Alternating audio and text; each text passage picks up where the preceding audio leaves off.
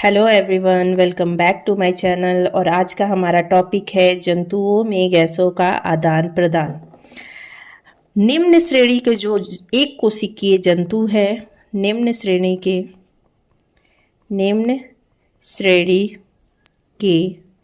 एक कोशिकीय जो जीव हैं उनमें जो गैसों का आदान प्रदान होता है वो कोशिका झिल्ली से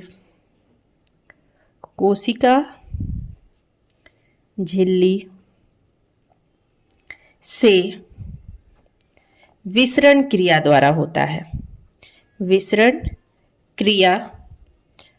होता है। और जो निम्न श्रेणी के बहुकोशिकीय जो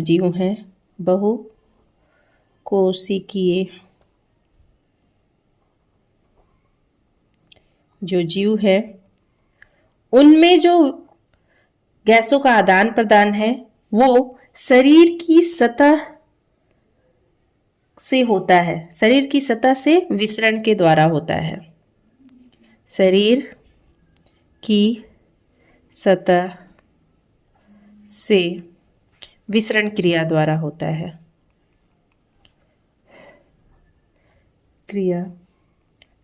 होता है। जैसे बहुकोशिकीय में आ जाएंगे हमारे हाइड्रा, और आपके आ जाएंगे जो एक कोशिकीय हैं अमीबा, पैरामीशियम, ये सब। ठीक है, तो इनमें जो गैसों का आदान प्रदान है एक कोशिकीय में कोशिका झिल्ली से होगा और बहुकोशिकीय में शरीर की सतह द्वारा होगा, विसरण क्रिया के द्वारा होगा।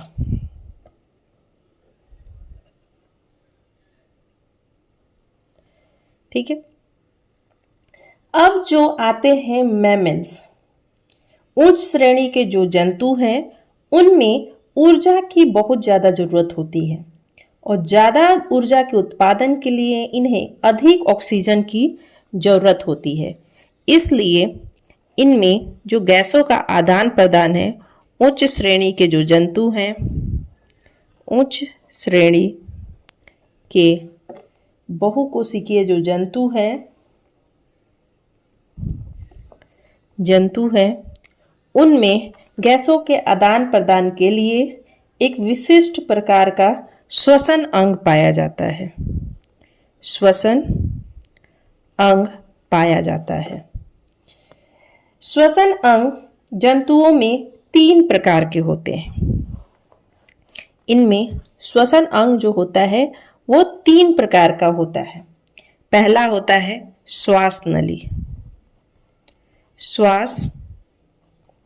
नली, दूसरा जिसको ट्रैकिया भी बोलते हैं,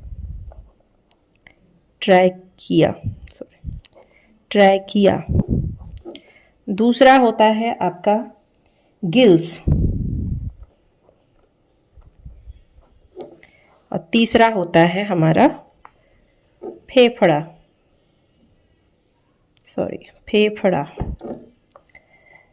जो श्वास नली या ट्रैकिया है वो ट्रैकिया द्वारा जो श्वसन होता है वो कीटों में होता है।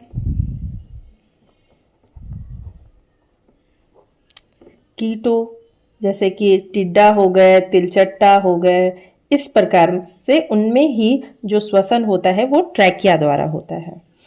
ट्रैकिया जो होता है वो शरीर के भीतर स्थित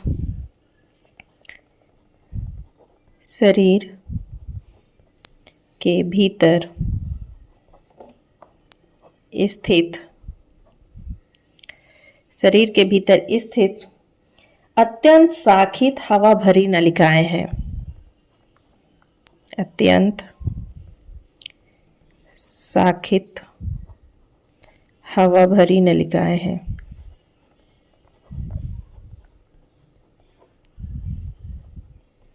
हवा भरी नलिकाएं हैं। जो एक ओर सीधे ऊतकों के संपर्क में होती है और दूसरे ओर ये किसके शरीर की सतह पर श्वास रंध्र नमक छिद्रों द्वारा खुलती है। एक ओर ये क्या होती है, ऊतकों के संपर्क में होती है। ऊतकों, ठीक है, ऊतकों के संपर्क में होती है।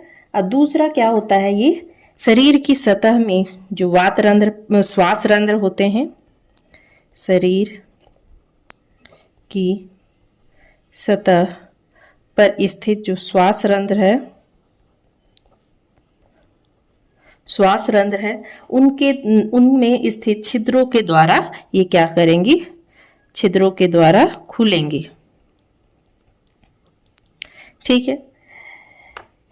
कीटों में ट्रैकिया के द्वारा श्वसन में गैसों का आदान प्रदान कोई रक्त या रुधिर के माध्यम से नहीं होता है, क्योंकि कीटों में रक्त में हीमोग्लोबिन जैसा कोई रंजक नहीं होता है जिसमें ऑक्सीजन को बांधने की क्षमता हो, ऐसा कोई चीज नहीं पाया जाता है।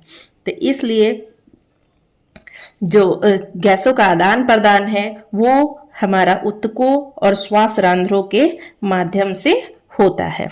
जो हमारा कीट है, ठीक है, कीट है, इनमें जो श्वसन होता है वो रक्त के माध्यम से नहीं हो रहा है, क्योंकि इनमें जो रक्त में हीमोग्लोबिन जैसा कोई रंजक नहीं होता है। अगर हीमोग्लोबिन नहीं होगा तो वो क्या करेगा, ऑक्सीजन को बांध नहीं पाएगा और इस तरह से उनमें श्वसन रक्त के माध्यम से नहीं हो पाएगा। तो इसलिए जो कीटों में श्वसन होता है वो हमारा ऊतकों और श्वास रंध्र के माध्यम से होता है, जो क्या कहलाता है हमारा ट्रैकिया, श्वास नली जो होती है वो ट्रैकिया। ठीक है। अब आता है हमारा गिल्स। गिल्स जो है वो विशेष प्रकार का श्वसन अंग है जो जल में घुलित ऑक्सीजन का उपयोग श्वसन के लिए करते हैं। जो गिल्स है वो क्या करता है, जो जल में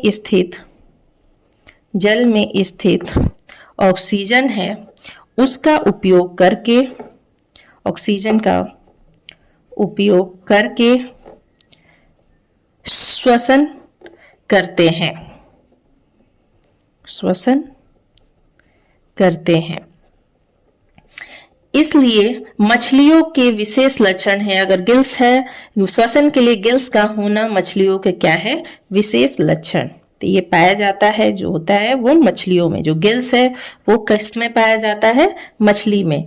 प्रत्येक मछली में गिल्स के 2 समूह पाए जाते हैं। प्रत्येक मछली में गिल्स का क्या होता है, 2 समूह पाया जाता है, 2 समूह गिल्स के। इससे गिल्स के प्रत्येक समूह जो होते हैं सिर के पार्श्व भाग में आंख के जो होता है उसके ठीक पीछे स्थित होता है।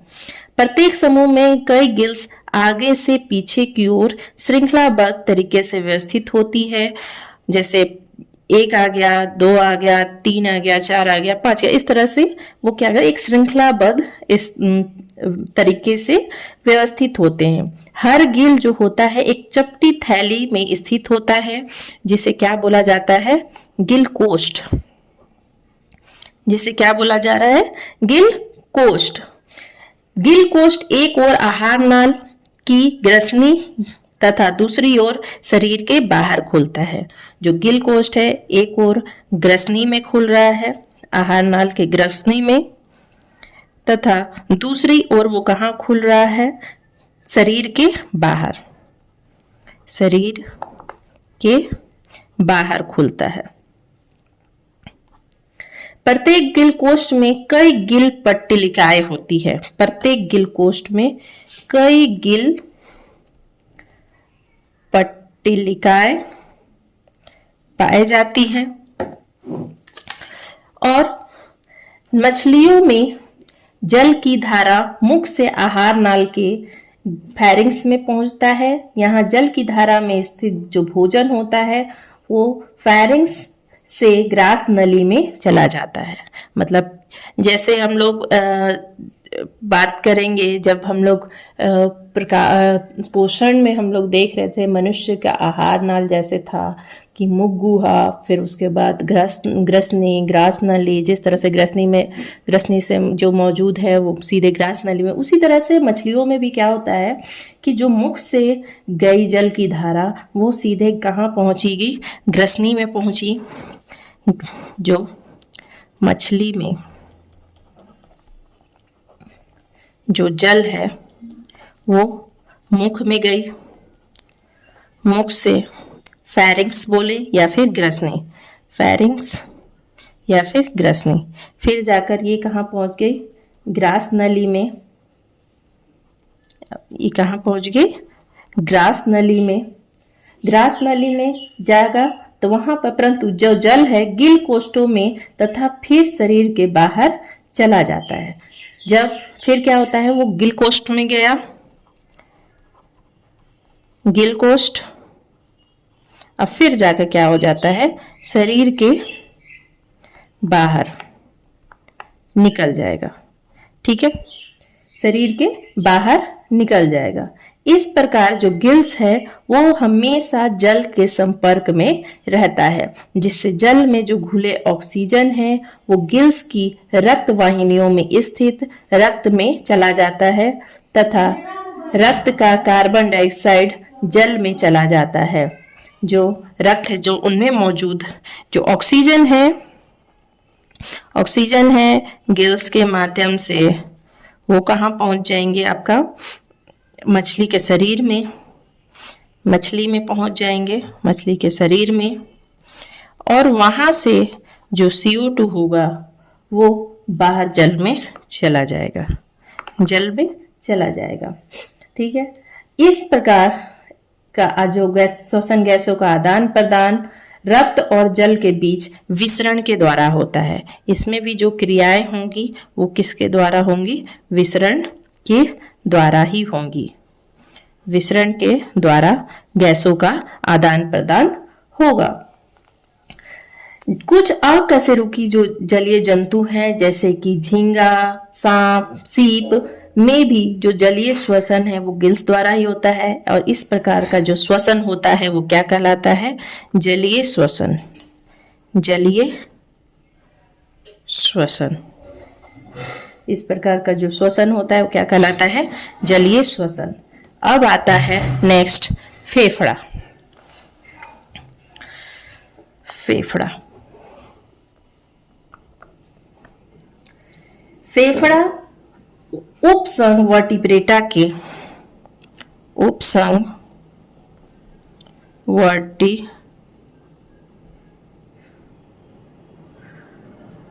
वर्टिब्रेटा के उच्च वर्गीय जंतुओं, उच्च वर्गीय जंतुओं में श्वसन के लिए फेफड़े की जरूरत पड़ती है, जो वायवीय श्वसन के उपयोग में आता है।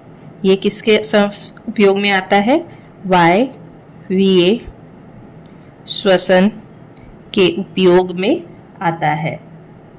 वर्ग एम्फीबिया में फेफड़े के अतिरिक्त त्वचा तथा मुख ग्रसनी से भी श्वसन होता है। जो वर्ग एम्फीबिया के हैं, वर्ग एम्फीबिया, उनमें जो श्वसन होता है वो फेफड़ा,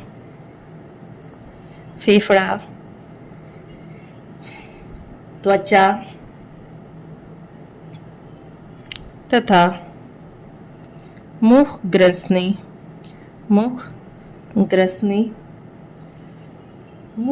से भी श्वसन होता है। इन तीनों से श्वसन की प्रक्रिया होती है। लेकिन जो रेप्टिलिया होते हैं तथा उच्चतम श्रेणी के जो वर्टिब्रेटा होते हैं उनमें श्वसन सिर्फ और सिर्फ किससे होता है, फेफड़े से।